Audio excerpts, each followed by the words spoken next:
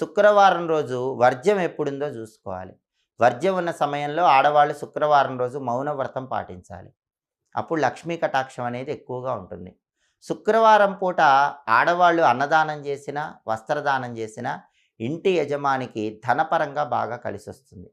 అలాగే కస్తూరి అనే సుగంధ ద్రవ్యాన్ని శుక్రవారం ఆడవాళ్ళు ఎవరికైనా ఇస్తే, తెలిసిన వాళ్ళకి కానీ, స్నేహితులకు కానీ ఆడవాళ్ళు కస్తూరి అనే సుగంధ ద్రవ్యాన్ని ఎదుటి వాళ్ళకి ఇస్తే గనక దానివల్ల ఆకస్మిక ధనప్రాప్తి యోగం ఇంటి యజమానికి కలుగుతుంది. ఊహించిన దానికంటే రెట్టింపు ధనలాభం మీ ఇంటి యజమానికి కలగాలంటే ఆడవాళ్ళు శుక్రవారం పూట కస్తూరి అనే సుగంధ ద్రవ్యాన్ని మీకు తెలిసిన వాళ్ళకి మీ చేత్తో ఇవ్వండి. అదేవిధంగా శుక్రవారం రోజు ఇల్లంతా శుభ్రం చేసుకునేటప్పుడు దొడ్డుప్పు, చిటికెడు పసుపు, కర్పూరము నీళ్ళల్లో కలుపుకొని ఆ నీళ్లతో ఇల్లంతా తడిగుడ్డ పెట్టుకోవాలి. అలాగే ఆడవాళ్ళు ఎప్పుడైనా సరే మిరప